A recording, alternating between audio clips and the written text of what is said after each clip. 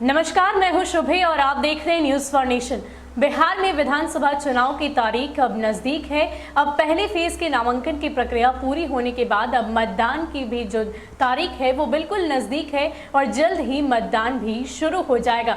ऐसे में सभी जो पार्टियां हैं, जो नेता हैं, वो लगातार चुनाव प्रचार प्रसार कर रहे हैं। सभी लोग जनसभा को संबोधित कर रहे हैं और ज्यादा से ज्यादा लोगों को अपनी ओर आकर्षित करने की कोशिश कर रहे हैं। और इसी सिलसिले में वाम दल के नेता कन्हैया कुमार ने भी एक बार फिर से हुंकार भरी है।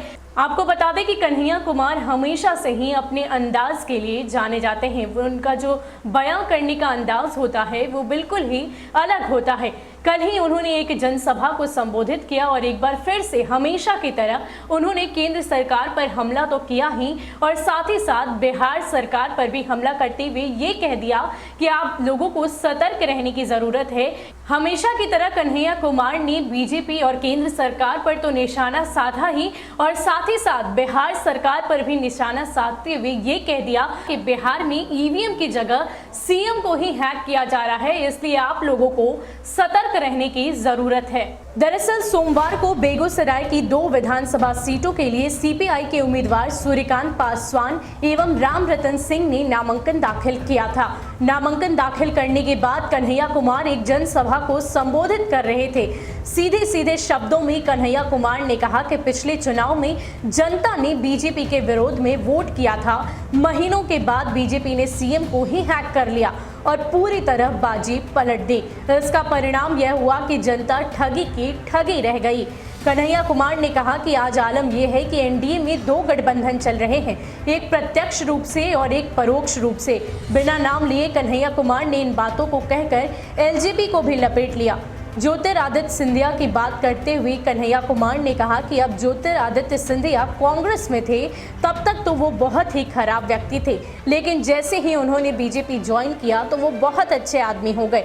इसी तरह कन्हैया कुमार ने कहा कि आज लगातार मुझे देशद्रोही कहा जा रहा है, लेकिन अगर मैं आज की तारीख में बीजेपी के साथ हो जाऊं तो मेरे ऊपर लगाए गए सारे इल्जाम खत्म हो जाएंगे। तो कन्हैया कुमार अपने अंदाजे बयां के लिए जाने जाते हैं और कल जब उन्होंने बेगूसराय में 2 जनसभा संबोधित की तो उन्होंने ये तक कह दिया कि बिहार में न सिर्फ ईवीएम हैक होते हैं बल्कि यहाँ के सीएम भी हैक हो जाते हैं। ऐसा उन्होंने बीजेपी पर हमला करते हुए कहा। और क्योंकि बीजेपी जब पिछले चुनाव में लड़ी थी तो उन्हें हार का सामना करना पड़ा था और ऐसे में जब सीएम नीतीश कुमार उनके साथ हो गए हैं तो वो लगातार ऐसा देखने को मिला है कि पहले भी जब प्रेस कॉन्फ्रेंस हुई तो उस दौरान बीजेपी ने कहा कि हमारा जो सीएम का चेहरा है वो सिर्फ और सिर्फ नीतीश कुमार है और कोई भी नहीं है। इसी पर उन्होंने कटाक्ष करते हुए ये कह दिया कि देखिए कि जब बीजेपी अकेले हो गई थी तो उन्होंने हार का सामना किया था और अब वो इसी सिलसिले में सीएम को ही हैक कर ली है और चाहते हैं कि उनके सहारे ही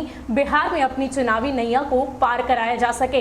तो कन्हैया कुमार लगातार बीजेपी और केंद्र सरकार के साथ साथ अब बिहार सरकार पर भी अपने निशाने को साधते रहते हैं और इसी सिलसिले में कल एक जनसभा के दौरान उन्होंने कई सारी बातें की और केंद्र सरकार के साथ साथ एनडीए को भी खूब खरी खोटी सुनाई। फिलहाल के लिए इतना ही। ऐसे ही अपडेट्स के लिए आप हमारे साथ बने रहिए और देखते रहिए न्यूज फॉर नेशन। नमस्कार।